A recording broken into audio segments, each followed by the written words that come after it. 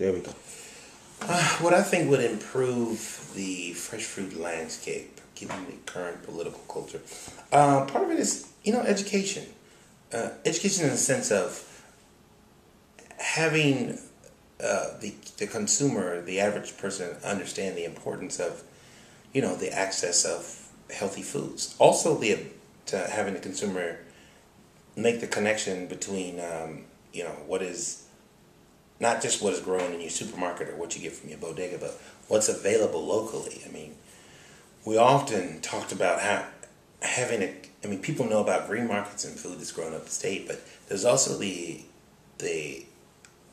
like to see the connection between community gardens, having the ability to have them produce on small levels. I mean, they do it in other places where community gardens also sell to the local public. I mean, if you know somebody, you can get, you have your tomato connection, but it'd be great to make that connection on a weekly basis, even though, their harvests are very different than your local green market or something like that. But it'd be great, or community garden, it'd be great to be able to augment some of that with just some locally produced, kid-produced something, or even your neighbor. I mean, like, my neighbor next door is an excellent gardener from down south. You have a lot of people from the South, Carolinas and whatnot, who can pass on this farming knowledge, because it's knowledge. I mean, it takes a long time to learn these things, and it'd be great to have the city make it much more accessible.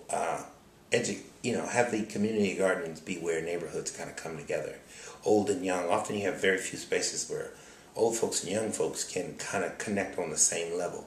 Planting and gardening and farming are one of these things that allow, old folks and youth to talk the same vocabulary. I mean, we say, adults and teens don't often listen to the same music, but we all eat. We all like food. We might not eat the same things, but once a person is educated about something. I mean, my grandmother educated me about the nuances of okra, because as a kid I thought it was disgusting. But she was like, well, it's only disgusting because you see it in its, in its boiled down form. But if she'd be like, if you take it right, she would snap it right out the vine and just crunch on it. And I'm like, that's crazy. But for her, the freshness of it, the freshness of snapping peas on the porch, it's the harvesting of something, the work that goes into making something. We only saw it on the plate. She's like, you have a different perspective of this corn once you gotta shuck it for yourself. It's very different. You open a can of cream corn, you don't know where that came from.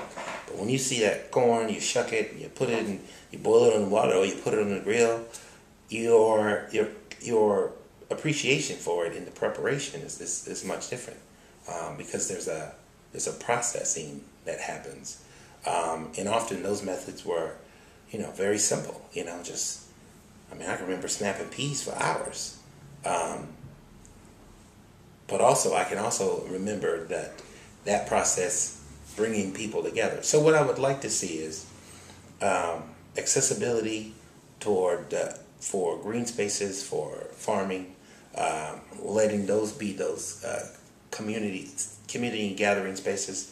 Have it push the communal aspect of old and young coming together. Much just easier access. Not make it cool and cachet, but like kids often are looking for something to get engaged in. So they will get engaged in something, positive or negative, given the opportunity. So if you make the opportunities like they do, if you make it as accessible as a basketball court, you'd be surprised how much energy and time a kid will put into the growth of something or making of something. So I'd like to follow up with, if you had to engage 2 Bed-Stuy residents to be on a team to help improve the conditions of food in central Brooklyn, would you think about naming 2 people that you would like to be able to recruit to help us change the food system? To change the food system in a Bed-Stuy resident.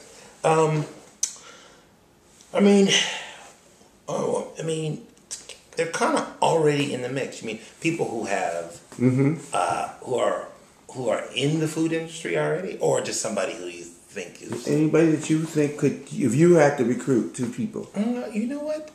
I would recruit. You know what? I'd like to bring. Often people are attracted to things by people they see. I mean, we have, many celebrities who live in the neighborhood. I'd like to see, who's something to I think who's a star, still is in the neighborhood. Two people. I would say there are several TV personalities. A TV personality, one to, because often the medium by which information is disseminated often determines how things go. I mean, there's some great food activists in the neighborhood, but you don't know them by that.